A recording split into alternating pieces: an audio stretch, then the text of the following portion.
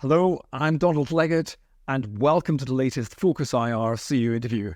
I'm joined by Stefan Bernstein, the CEO at GreenRoc Mining, and China have just announced to impose export controls on graphite and related products from the 1st of December 2023. And graphite, as you may well know, is the largest single constituent of lithium-ion batteries. So this is a big announcement. Hello, Stefan. So what's your reaction to the news that China is to impose export controls on graphite?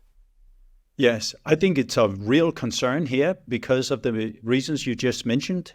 Graphite being a key component in the energy transition. But again, it's not a really big surprise because we saw the same for germanium and gallium this summer, similar restrictions, and we saw it also for rare earth element metals about 10 years back. It's bound to have some serious consequences, of course, but I think that there are ways that we can get around this by boosting our domestic production of these key materials. So before we get to the boosting of our key materials, let me ask you, why are China doing this? Do they hope to sell more EVs abroad? Do they hope to sell more batteries abroad? Or is this simply geopolitical?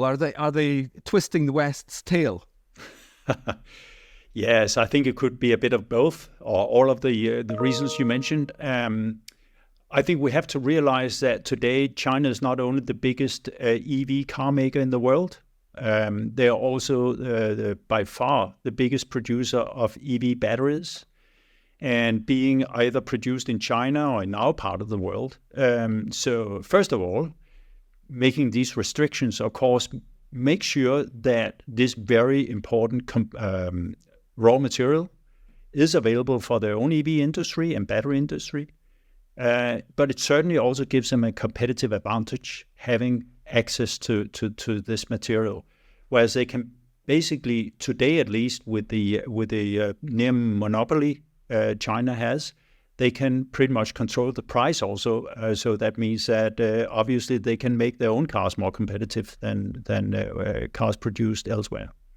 Which it takes us neatly to GreenRoc Mining's own position. Europe's building several industrial-scale processing plants for graphite, but actually has none in production currently.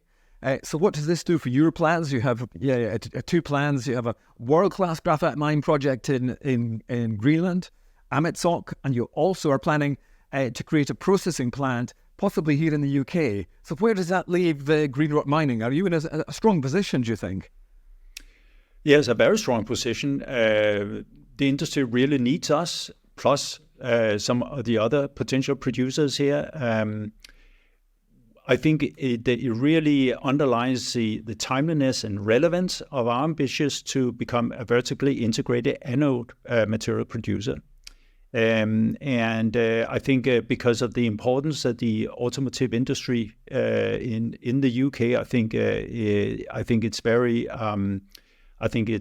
timely also that we are setting up this production in the UK. I think it's also a wake-up call for governments in our part of the world generally to help establishing this upstream supply line. Okay, final question to you, Stefan. Graphite, unlike battery metals, as you well know far better than I, it simply can't be recycled. So will the automotive industry have to pay more for its graphite in the future?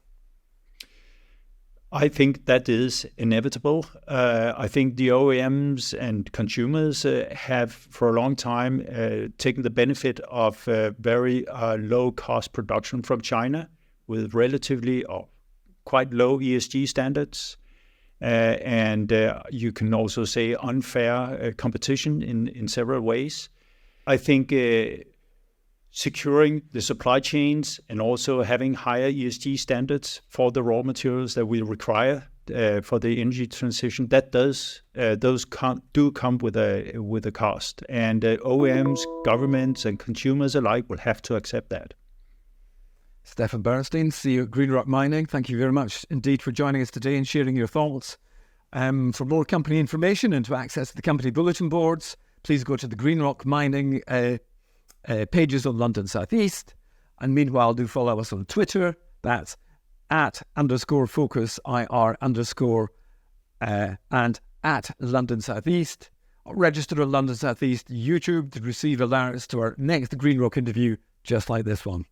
Thank you very much indeed for watching.